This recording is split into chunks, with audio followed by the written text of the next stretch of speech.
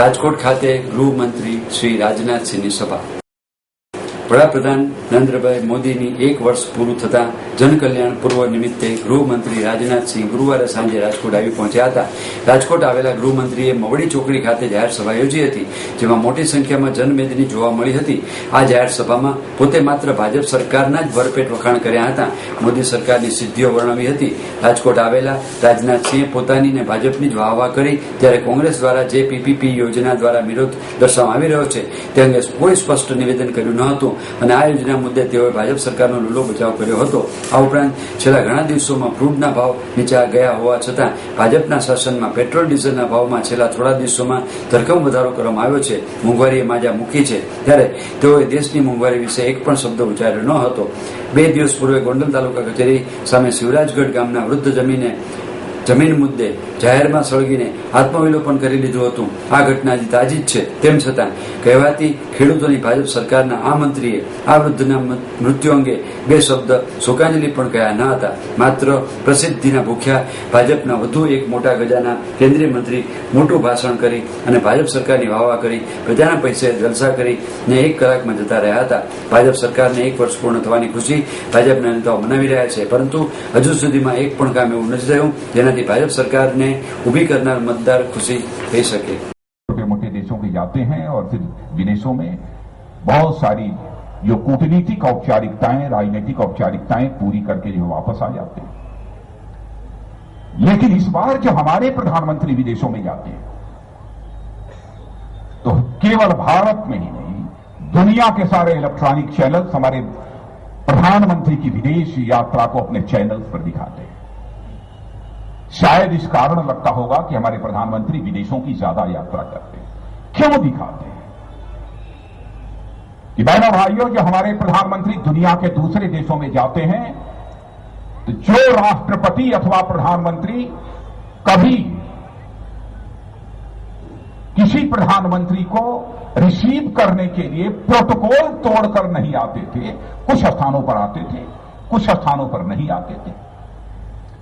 लेकिन आज यदि हमारा प्रधानमंत्री यदि विदेश की यात्रा पर जाता है, जिन देशों में जाता है, तो बहुत सारे राष्ट्रपति और प्रधानमंत्री अपने सारे पुराने प्रोटोकॉल को तोड़कर हमारे प्रधानमंत्री का अभिनंदन और स्वागत करने के लिए एयरपोर्ट पहुंचते हैं. मैं अभी रास्ते में आ रहा था, विजय भाई रूपाणी भी साथ में थे, तो 4-5 लड़के किसी घर मकान से निकले और काला झंडा लिए बैठे. तो मैंने पूछा ये क्या है? तो उन्होंने बताया कि जो झोपड़ियों में रहते हैं लोग, उनके लिए हम पक्का मकान बनवाकर मुफ्त में दे रहे हैं, इसलिए उसका यह विरोध कर रहे हैं. मैंने कहा कि नहीं, केवल इसीलिए विरोध नहीं कर रहे हो, कुछ और बात है, कुछ और बात है. काले धन में जो लिप्त हैं उनकी जांच कराने के लिए यह एसआईटी हमने बनाई है.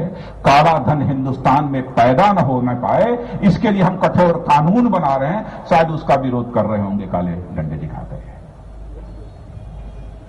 क्या मतलब है?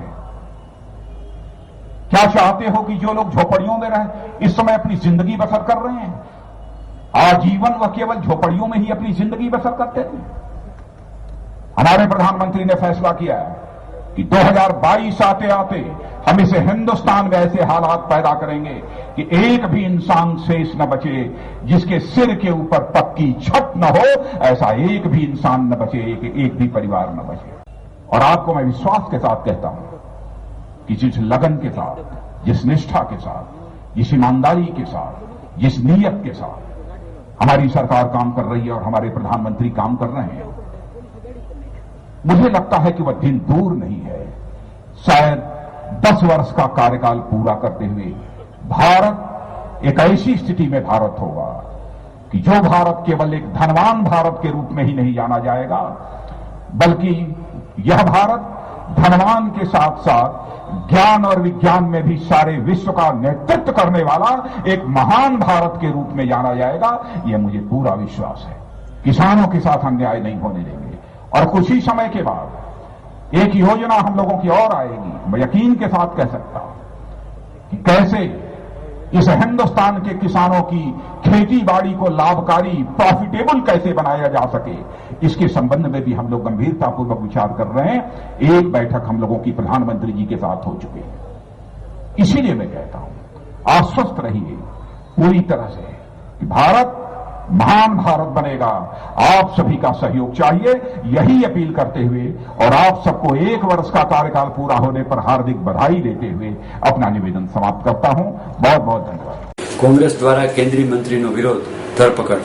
રાજકોટ એરપોર્ટ ખાતે કેન્દ્રીય મંત્રી રાજનાથસિંહનો વિરોધ દર્શાવી રહેલ કોંગ્રેસના ધારાસભ્ય ઇન્દ્રનીલભાઈ રાજગુરુ સહિત 15 જેટલા આગેવાનોની પોલીસ દ્વારા ધરપકડ કરવામાં આવી હતી. કોંગ્રેસ દ્વારા વિરોધ દર્શાવવામાં આવી રહ્યો હોવાથી તૈનાત પોલીસ દ્વારા આ તમામ આગેવાન ધરપકડ કરવામાં આવી હતી. કારકિર્દીને ઉંમરે ધોરણ 12 પછી શું? કોંગ્રેસનું પુસ્તક અને ઈ બુક પ્રગટ. કોંગ્રેસ દ્વારા સતત 10મા વર્ષે કારકિર્દીના ઉંમરે ધોરણ 12 પછી શું પુસ્તક પ્રકાશિત કરવામાં આવ્યું છે. પુસ્તક વિમોચન પ્રસંગે કોંગ્રેસ પ્રદેશ પ્રમુખ શ્રી ભરતસિંહ સોલંકીએ જણાવ્યું હતું કે રાજ્યની સરકાર શિક્ષણમાં દિશાશૂન્ય હોવાથી ગુજરાતના વિદ્યાર્થીઓને સામે પિત્રોડા જેવા ડેમોક્રેટ બનવાની પૂરતી તકો મળતી નથી. વિદ્યાર્થીઓ દેશનું ભવિષ્ય છે અને તેની શક્તિઓને ખીલવવાના પ્રયત્નો રાજ્ય સરકારે કરવા જોઈએ. આ પુસ્તક સંપાદિત કરવા બદલ તેમણે કોંગ્રેસના પ્રવક્તા ડોક્ટર મનીષ દોશી અને તેમની ટીમને અભિનંદન પાઠવ્યા હતા. આ પ્રસંગે કોંગ્રેસના રાષ્ટ્રીય પ્રવક્તા શક્તિસિંહ ગોહિલ શિક્ષણના વેપારીકરણને અટકાવવા અપીલ કરી હતી. આપ નિહાળતા રહો સિટી લાઇન ન્યૂઝ ચેનલ. આ હતા આજના મુખ્ય સમાચારો.